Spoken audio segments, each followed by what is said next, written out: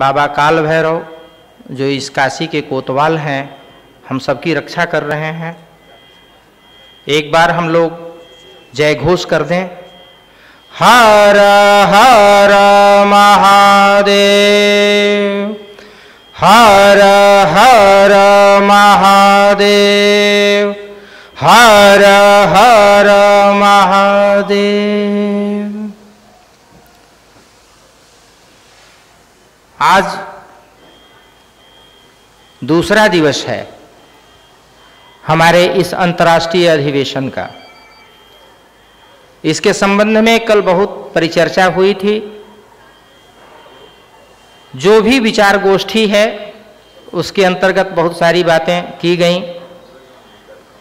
मैं आप लोगों को अपने विचारों को व्यक्त करने से पहले मंच पर उपस्थित मंचासीन हमारे काशी के विद्वत जन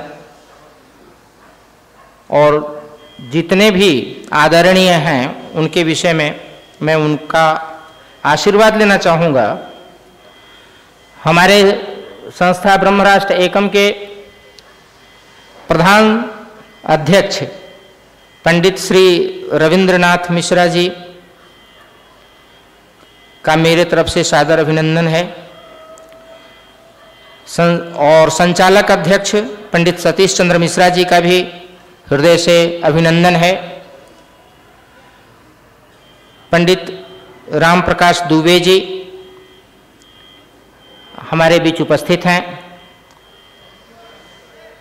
और काशी विद्वत परिषद के महामंत्री प्रोफेसर श्री राम नारायण द्विवेदी जी भी हम सबको अपने वचनों से अभिभूत करने के लिए यहाँ उपस्थित हैं। हम सभी लोगों का हृदय से अभिनंदन करते हैं और उनके प्रति हमारा स्नेह इस बात को लेकर है कि ब्रह्म राष्ट्र एकम जो हमारी एक धारणा है उसके लिए समाज को जागृत करने के लिए हमारे इस कार्यक्रम में उपस्थित हुए। लेकिन विशेषतः मैं ये कहना चाहूँगा कि यह कार्यक्रम हमारा नहीं है, यह कार्यक्रम आप सबका है। काशी की धरती से जब हम धर्म का शंखनाद करते हैं तो केवल यह राष्ट्र में ही नहीं जाता, यह संपूर्ण विश्व में इस शंखनाद की गूंज गूंजती है। इसलिए यह मानकर नहीं चलना है कि हमारा संख्या बल कितना है, हमारे पांडाल में कितने लोग आए, कितने सुने। इससे हम लोगों को अपने ध्यान को विचलित नहीं करना है। रविंद्रनाथ टैगोर ने कहा था कि यदि तुर डाक सुने कोई ना से तो वे एकला चलो रे। बांग्ला में उन्होंने इस शब्द को, इसका उद्घोष किया था। वो चिंतक थे, विचारक थे। उन लोगों के अंदर आत्मचिंतन की जागृति थी। तो ज्ञान के विषय में बोलने के लिए तो समय हमें चाहिए। ज्ञान की अपनी पराकाष्ठा होती है, परंतु आज के परिप्रेक्ष्य में समाज को हमें क्या दिशा निर्देश देना है, इस काशी की धरती से ही इसका निर्णय लिया जाता है।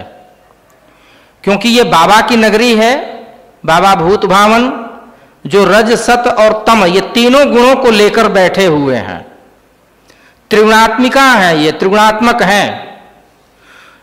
यहाँ तो काशी नगरी जो है ये विद्वानों की ही नगरी मानी जाती है। और मानी क्या, वास्तव में यहाँ के कंकण में शिव है। शंकर हर कण में व्याप्त हैं। यहाँ का जो व्यक्ति कुछ नहीं पढ़ा है वह अभी हमें कहता है का गुरु तू हमें समझत हुआ, तो उसको समझने में, काशी को खोजने में और काशी को समझने में पता नहीं कितने जन्म लेने पड़ेंगे। लेकिन वर्तमान समय में यदि हम कुछ समझना और सीखना चाहते हैं तो इस काशी की धारा में जो यहाँ के माँ सरस्वती के वरद पुत्र लोग हैं, जैसे हमारे बीच प्रोफेसर राम नारायण जी हैं, व्याकरण विभाग में हैं, और चित्रकूट की धारा से आते हैं जहाँ भगवान राम ने कुछ समय व्यतीत किया था।